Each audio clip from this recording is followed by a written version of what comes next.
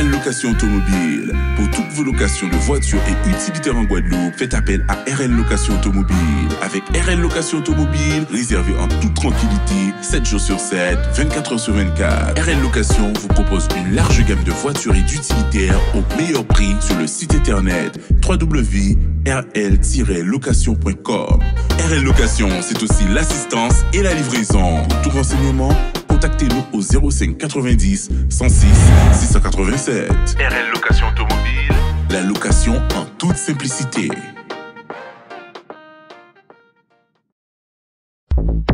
Guadeloupe, actualité.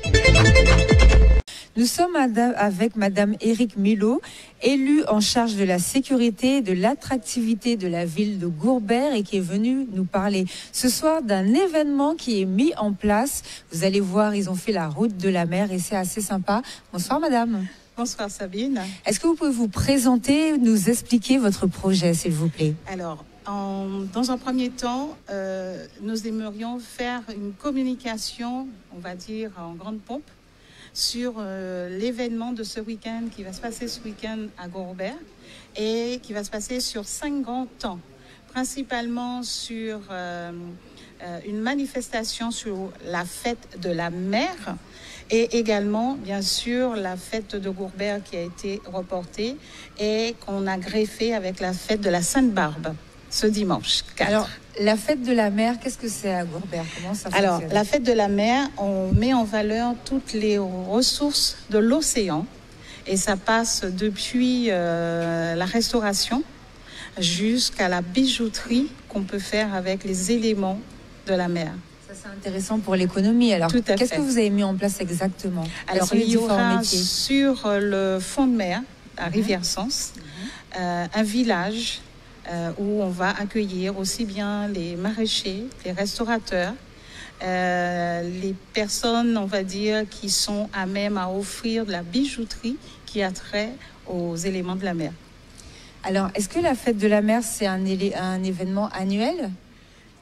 On a l'intention, c'est vrai, c'est dans le programme de la ville, de pouvoir pérenniser cette formule et qui demande justement... il y a beaucoup de demandes là-dessus. Donc là, cette année, c'est le lancement, c'est votre première édition. C'est le lancement. On a déjà eu une première, on va dire, une prémisse avec le Traditour qui a eu tout le succès. Voilà.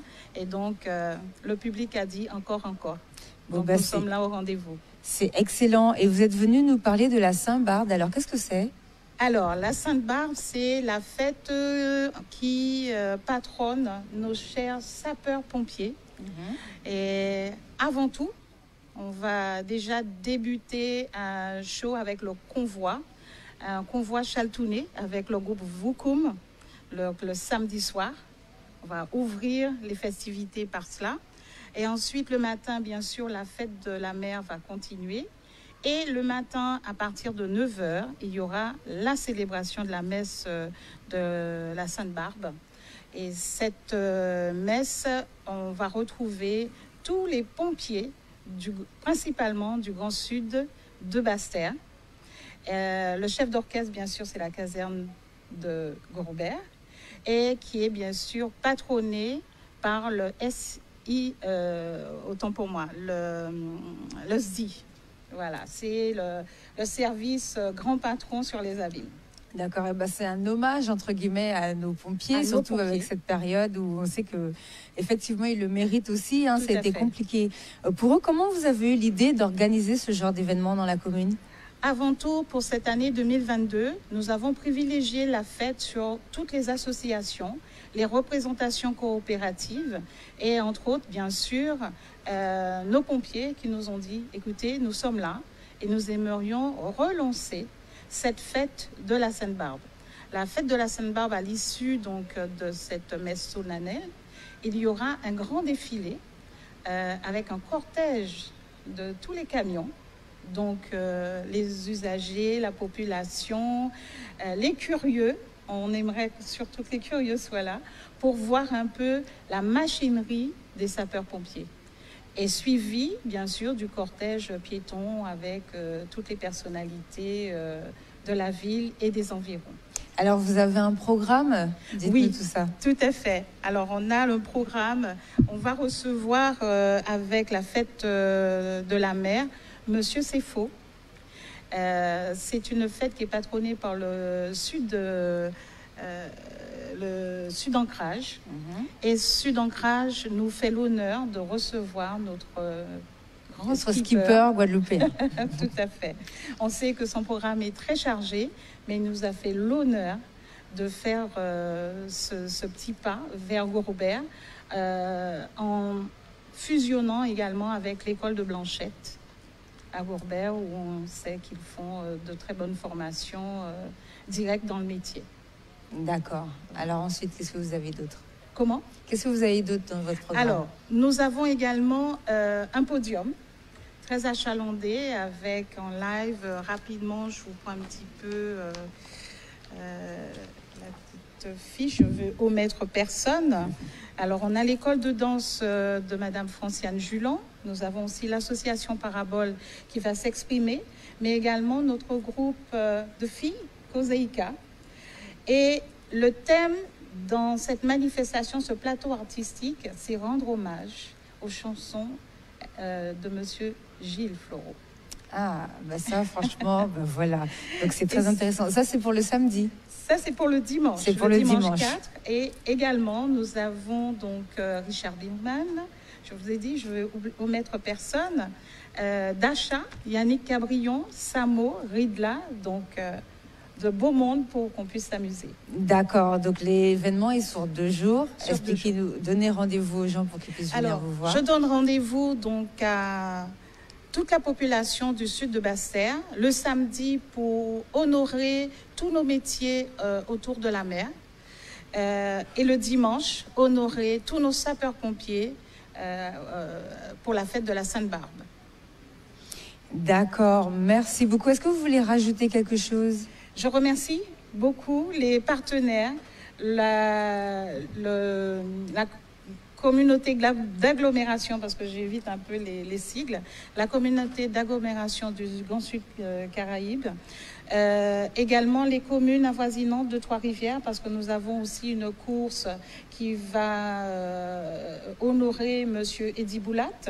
Je remercie également nos partenaires Sud Ancrage, que j'ai dit tout à l'heure, et bien sûr les sponsors comme Monsieur Nouy. Voilà. Sans ces personnes, nous ne pouvons pas faire de grandes fêtes. Et je remercie tout ce beau monde.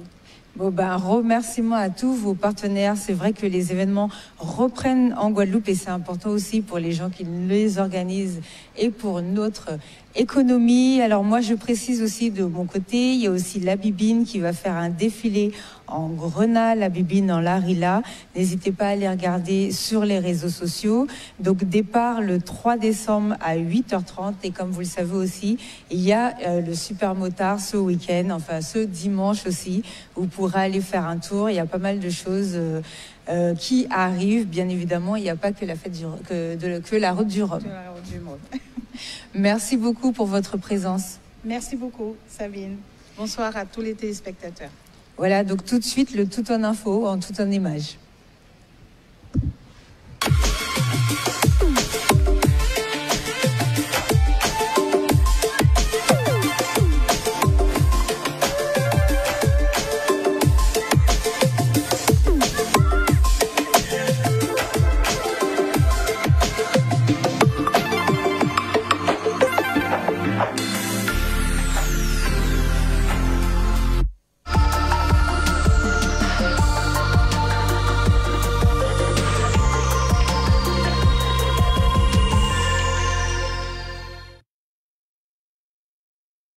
La ville de Sainte-Rose s'est engagée dans un dispositif appelé Territoire Zéro Chômeur de longue durée, qui est un dispositif qui est développé en métropole de niveau au stade expérimental, où il y a une 50aine de villes de France qui sont sélectionnées pour ce dispositif.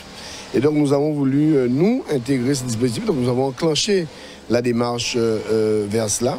Il y a des techniciens qui sont sortis de la métropole pour nous accompagner dans cette démarche-là. J'ai moi-même, je me suis déplacé en France métropolitaine également pour rencontrer les personnes en charge de cela. C'est un dispositif qui consiste à mettre en place sur le territoire une entreprise à but d'emploi qui pourra recruter un certain nombre de jeunes et de moins jeunes sur des contrats à durée indéterminée, ce qui est dans le cadre de l'insertion quelque chose de particulier, d'exceptionnel. D'ailleurs, c'est pourquoi c'est un dispositif expérimental et qui pourra recruter des jeunes du territoire, principalement des Saint-Rosiens bien sûr, sur ces questions-là. Donc l'avantage, aujourd'hui nous sommes encore au stade embryonnaire puisque l'habilitation n'a pas été obtenue et il y a des démarches à faire, il y a des délibérations à prendre, mais aujourd'hui nous avançons et donc nous espérons bien être territoire pilote sur le territoire de la Guadeloupe pour nous permettre de satisfaire aux besoins de nos jeunes et de nos moins jeunes en termes d'emploi.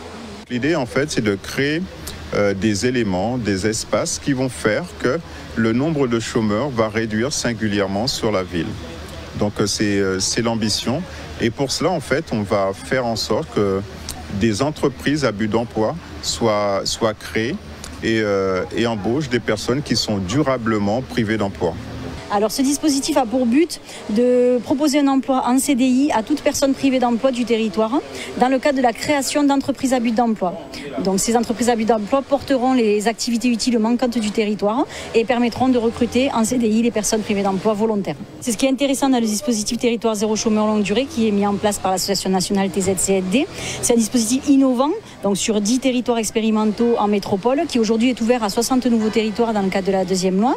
Et ce dispositif permet, à la différence des dispositifs d'insertion habituels, de pouvoir créer des postes en CDI pour les personnes à temps choisi. Ça c'est très important parce que les personnes peuvent être aussi sur des mi-temps en fonction de leurs possibilités. Nous sommes une ville en fait qui a subi beaucoup de souffrances ces dernières années et il y a beaucoup de choses à faire en fait tant pour les jeunes que pour d'autres adultes plus âgés. Donc nous voulons absolument que émergent des niches et que des emplois en fait puissent être créés sur notre territoire. C'est un partenariat fort que nous venons de mettre en place avec l'État, avec la ville du Moule, qui est dans le même schéma que nous, mais aussi avec les collectivités majeures, régions et départements. La signature est importante puisque vous savez, les finances sont rares aujourd'hui, il faut de l'aide.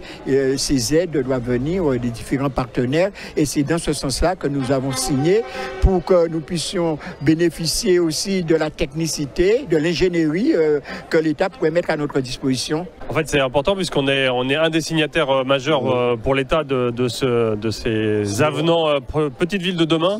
On a signé une convention double avec Morne-à-l'Eau et avec la commune de Moule pour revitaliser le centre-ville, pour apporter un certain nombre d'opérations et de soutenir tous les projets de la commune dans le cadre des centres-villes. Ici, à Morne-à-l'Eau, c'est l'éco-quartier de Grippon. Et puis, on va inaugurer d'ailleurs la maison de projet qui est juste derrière sur la place. Et puis à Moule, c'est tout le travail sur le centre-ville avec l'idée de retravailler vraiment sur la mobilité, le logement, la cohésion sociale dans ces deux communes. Donc c'est extrêmement important. Ce sont des projets qui sont ambitieux, qui sont vastes. Il y avait une vingtaine de partenaires qui sont ici, privés, publics, qui viennent participer à ces travaux. J'ai signé effectivement le document du contrat de ville avec la commune de Morne-à-l'Eau. Et qu'aujourd'hui, nous avons accédé aux petites villes de demain ensemble. Eh bien, nous signons ensemble les documents avec le préfet. Ah, mais ça représente que premièrement, il y a l'engagement de l'État, l'engagement de tous ceux qui ont signé, de nos partenaires, et ça représente que le travail ne fait que commencer.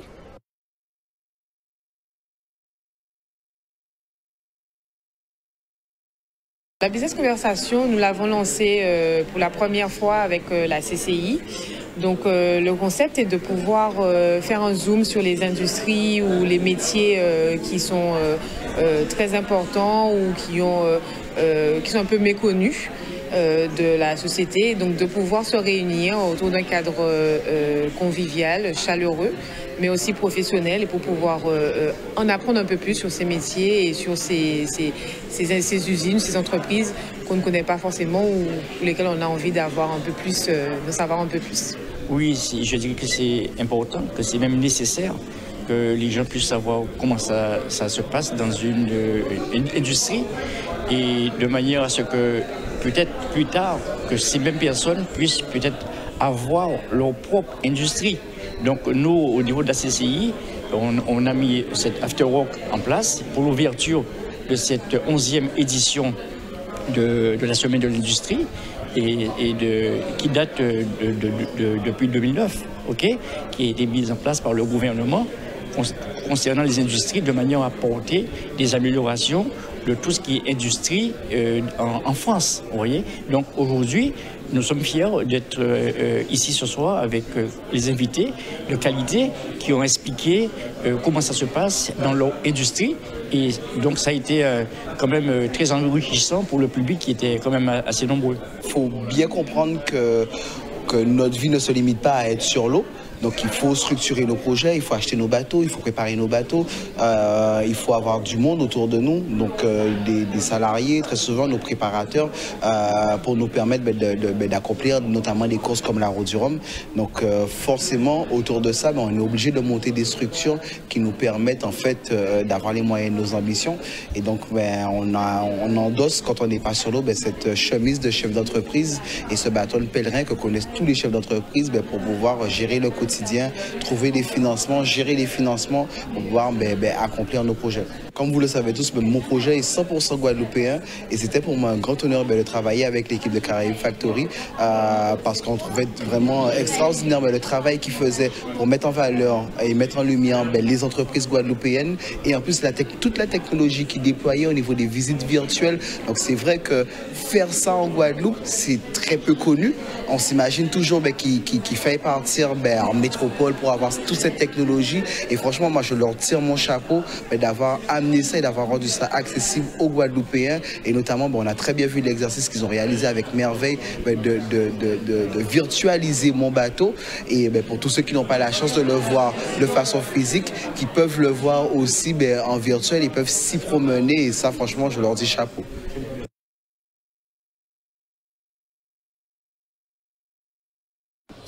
Dans le cadre effectivement de cette semaine de citoyenneté engagée par le CODEF de Cap Excellence, il m'a été demandé, en ma qualité de présidente du conseil de surveillance, d'expliquer comment le port prenait en compte ces questions environnementales et comment il faisait en sorte de sensibiliser la population sur le fait qu'il faut concevoir un développement parce que nous sommes un archipel, nous avons besoin d'acheminer effectivement les marchandises, nous avons besoin de cet approvisionnement et en même temps, nous devons préserver notre biodiversité, le grand cul-de-sac marin et à ce titre, nous sommes engagés dans la stratégie nationale portuaire, nous sommes exemplaires puisque depuis 2008, nous avons commencé à mettre en place un certain nombre de mesures de compensation au niveau environnemental, à la fois pour reconstituer la barrière de corail, à la fois pour préserver la mangrove, voire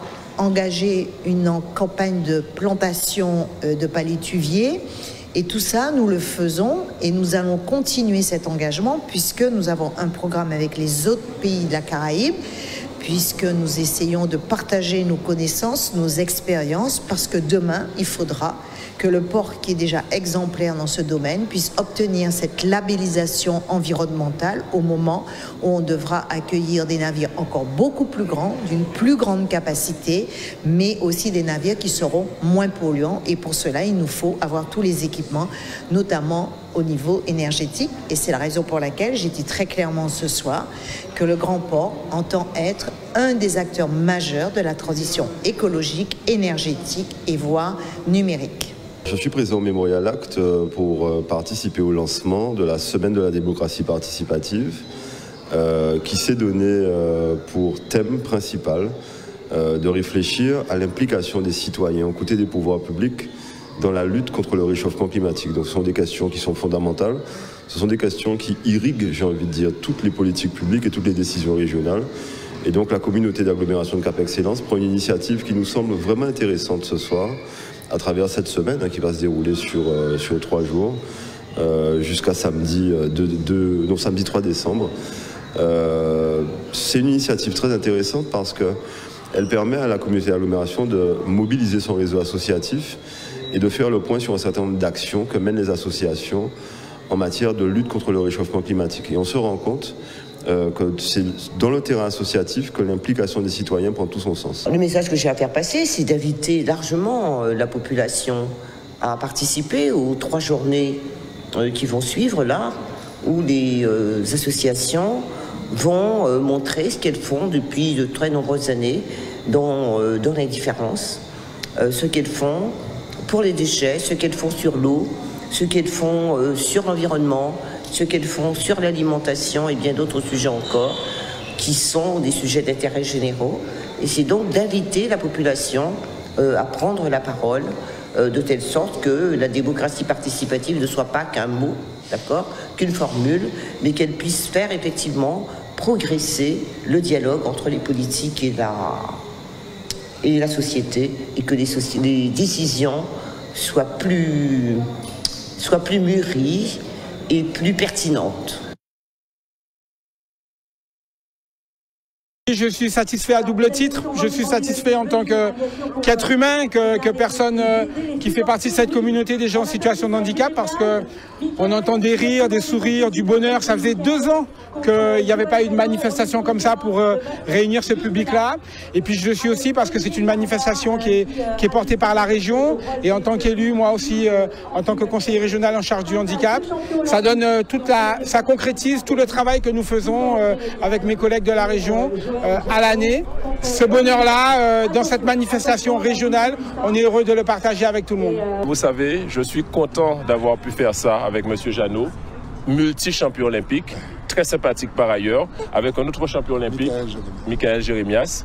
Et je vais vous dire quelque chose dont je n'ai pas conscience. C'est un vrai sport où on transpire énormément les bras, les jambes, tout travail. Il y a de la stratégie. Et je leur disais, mais en fait, un valide peut tout à fait jouer au basket, en e-sport, et ils m'ont expliqué que c'est possible. Alors moi, j'invite tous ceux et toutes celles qui veulent comprendre les problématiques des personnes en situation de handicap, qui veulent faire du sport, de pourquoi pas s'intéresser à la discipline handi-basket. Moi, j'ai vraiment aimé. On voit que Olivier, monsieur le député, il s'est mis en situation parce que nous, on a eu un accident. Maintenant, on évolue en fauteuil roulant. Mais on a des activités qu'on peut aussi amener les valides à partager avec nous. Par exemple, le basket, s'il n'y a pas assez de personnes en situation de handicap, on peut compléter les équipes avec des valides.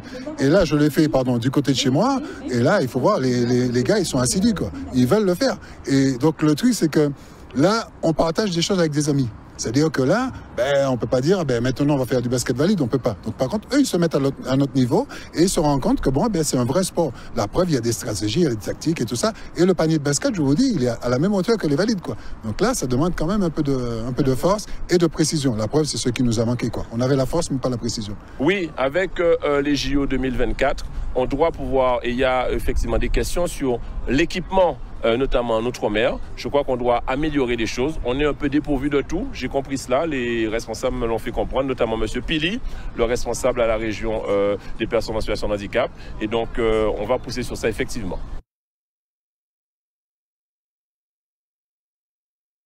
En fait, avec Philippe Fontana, le réalisateur, quand on a créé notre société de production Les Gros Films, on s'est dit qu'on allait faire des films utiles, des films à impact, des films qui allaient nous permettre de se poser un certain nombre de questions sur notamment des questions de discrimination.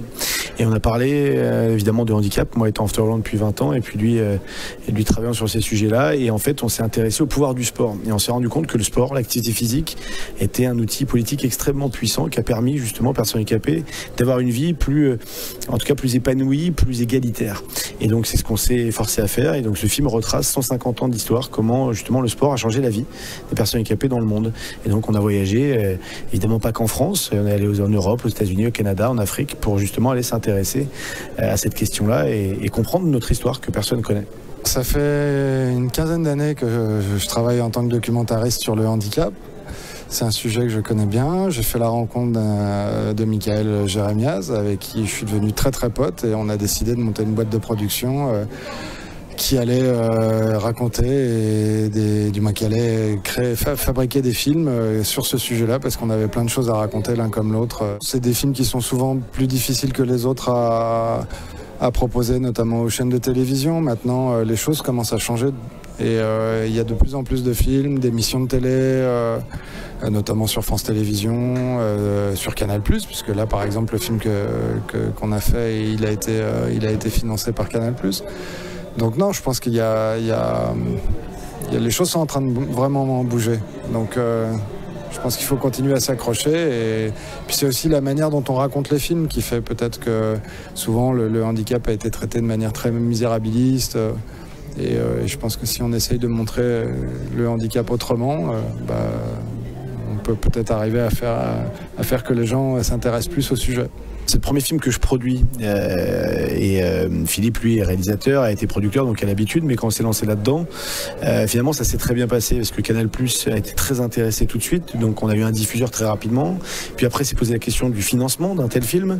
Alors c'est des années de travail, hein, et Philippe notamment a énormément travaillé sur l'écriture du film, sur la recherche des témoins, toutes les images d'archives évidemment, et puis après une grande campagne de crowdfunding qui a très bien marché, ce qui montrait l'intérêt du grand public pour justement ce sujet-là. J'encourage tout le monde évidemment à regarder ce film, et notamment le 10 décembre il sera diffusé en clair sur Canal+, donc n'importe qui pourra y accéder le samedi 10 décembre à 18h30 heure de la métropole. Depuis donc 2018, nous avons initié cette manifestation en partenariat avec la ville de Petit Canal. Donc je remercie grandement la municipalité de nous accompagner.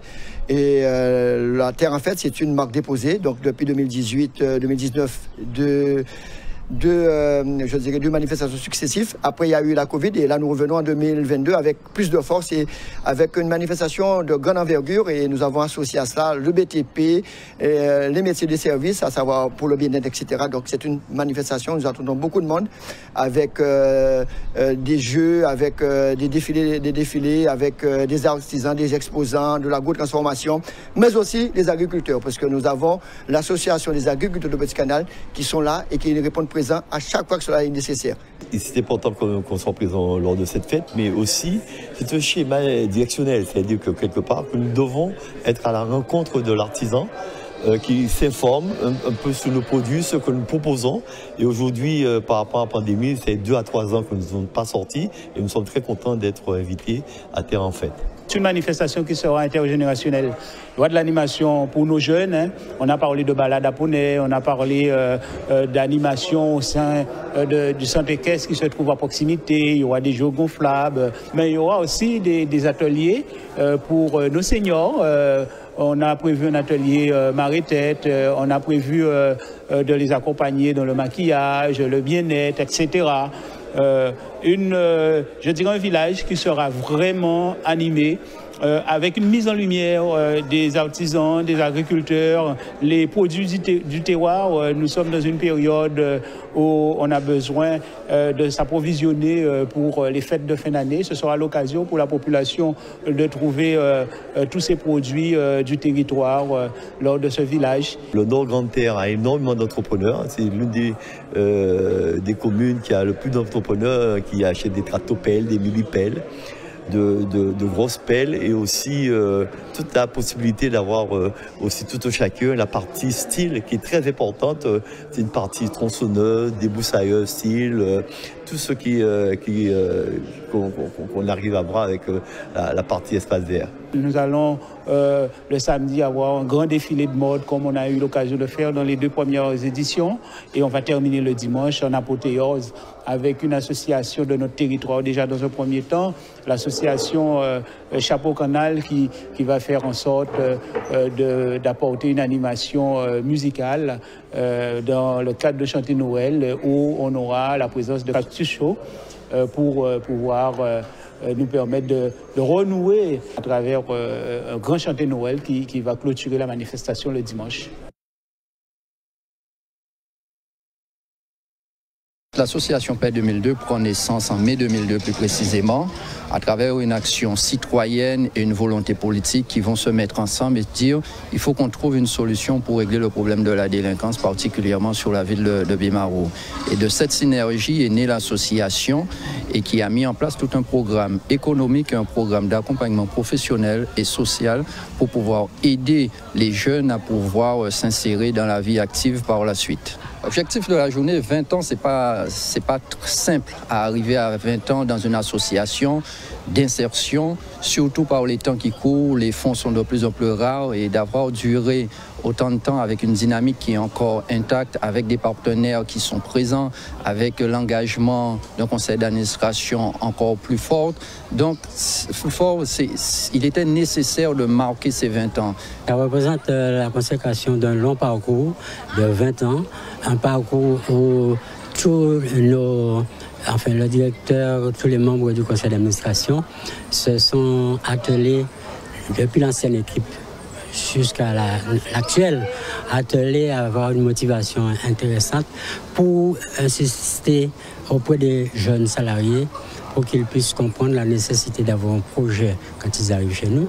Et c'est avec ce projet-là qu'on les accompagne pour la réalisation de ce projet. Et quand ils n'en ont pas, ils viennent quoi pour peut-être avoir un peu d'argent.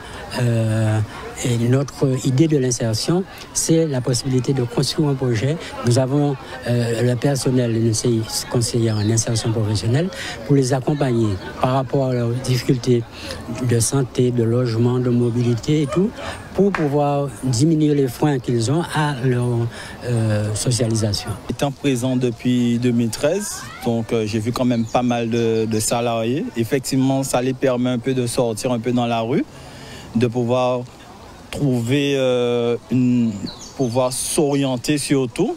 On va dire que les salariés déjà s'insèrent dans le milieu professionnel grâce à PAI 2002. Ensuite, sur la structure, ils ont la possibilité de pouvoir faire des formations, donc ce qu'ils souhaitent faire comme formation. Et pour moi, je trouve ça bien. Cette 20e année, pour moi, c'est un challenge réussi, puisque quand je prends mes fonctions ici en 2002, l'idée c'était vraiment d'amener cette structure à 20 ans d'existence, à travers tout un processus de développement. 20 ans aujourd'hui, c'est d'avoir la fierté de voir des jeunes qui sont passés chez nous, qui ont pu s'insérer, certains qui ont créé leur entreprise, et c'est une fierté. 20 ans, c'est de voir des jeunes qui étaient en insertion chez nous et qui sont actuellement employés permanents dans la structure et qu'aujourd'hui, c'est eux qui aident d'autres à pouvoir s'insérer. Donc 20 ans, c'est vraiment une période de travail acharné et de réussite. Outremernews.fr, le site de l'actualité Outre-mer, 24 heures sur 24 et 7 jours sur 7. Retrouvez la chaîne Outremer News sur YouTube.